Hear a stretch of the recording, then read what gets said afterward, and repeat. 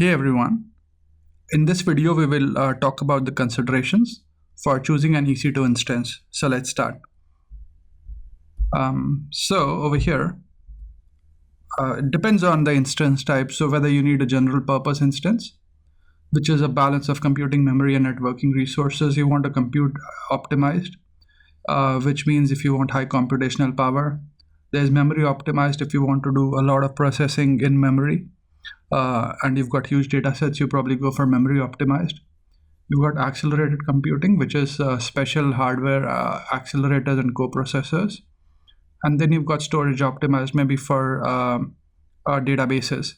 So that is definitely one consideration, is what is your use case, and then you will select the instance type.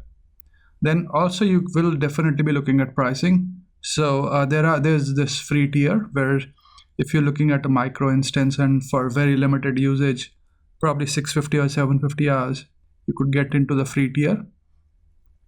And then you can go into on-demand instances, which are expensive.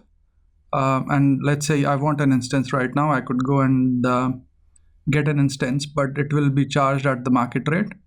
Then we've got the spot instances, which is let's say that we have a need but to compute something, but it is not dependent or time dependent.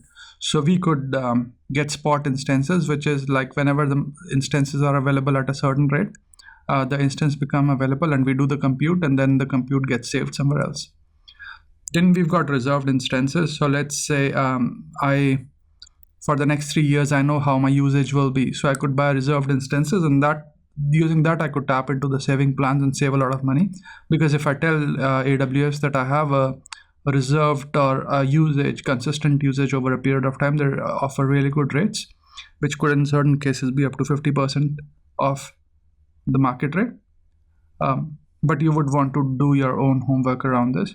And then there are dedicated hosts. So let's say you've got some software which is very specific or tied to the IP, or it can only sit on certain instances, and if the IP changes, it will not run, or it could be some other use case. So you could go for dedicated hosts. So that's one instance price. Then we've got the instance functionality we could be looking at. So we could be looking at pausing and resuming instances. So which instances do we want to look at? What are the various storage options available to us?